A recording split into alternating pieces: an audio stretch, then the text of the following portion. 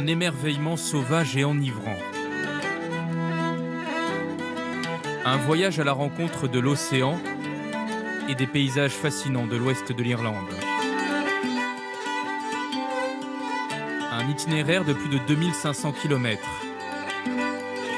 du nord au sud,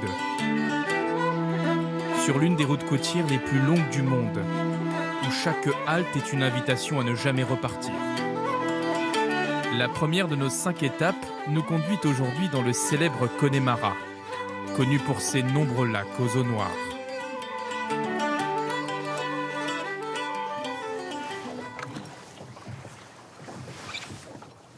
Sean O'Farrell pourrait ramer les yeux fermés.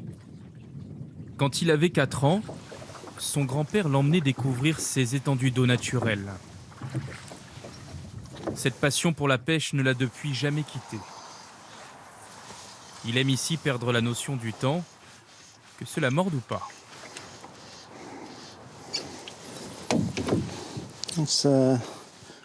C'est une truite sauvage, une truite brune. Je vais la relâcher car elle est trop petite. Je vais lui laisser la chance de grandir un peu plus avant de revenir ici. Sean a à cœur de préserver cet environnement, tel qu'il lui a été laissé en héritage. C'était une enfance géniale pour moi. J'ai adoré grandir dans le Connemara parce que j'ai toujours eu l'âme d'un aventurier. J'adorais être en plein air, dans la nature. C'est très relaxant. Et la plupart des pêcheurs seraient d'ailleurs très bons en méditation.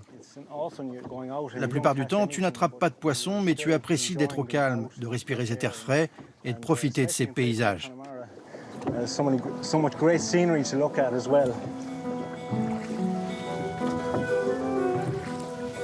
Dans le Connemara, il y a les lacs d'eau douce, mais aussi les lacs d'eau de mer, ouverts sur l'océan, que les habitants appellent des fjords.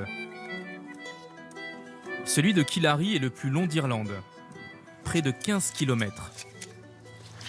Et s'il a une certaine renommée aujourd'hui, c'est parce qu'il héberge un trésor iodé. Ce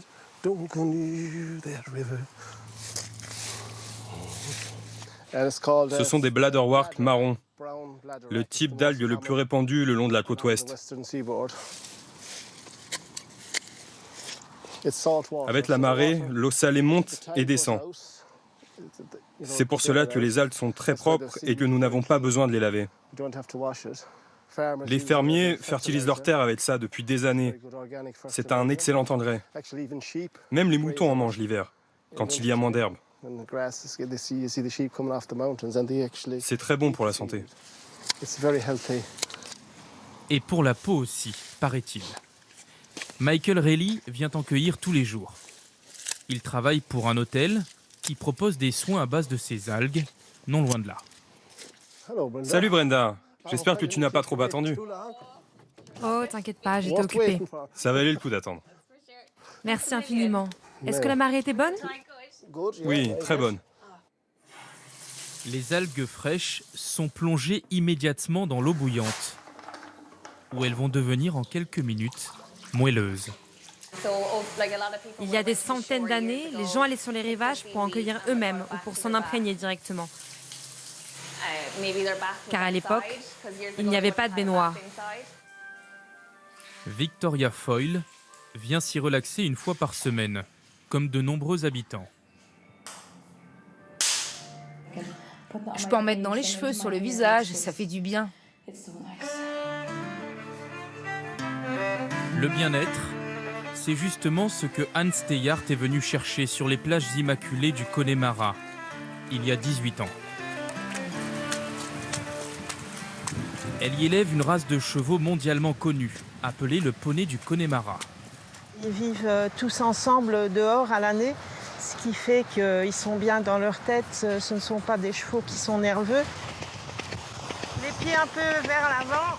Une passion pour ces bêtes et cette région que cette Belge essaye de transmettre aux touristes de passage. J'avais envie de vivre une vie plus saine que celle que je vivais avant, dans un environnement fabuleux. Des fois, on a 4 saisons en une journée.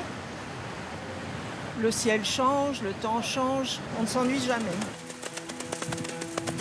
Demain, nous quitterons le Connemara pour partir découvrir les falaises de Moher, site naturel le plus visité d'Irlande.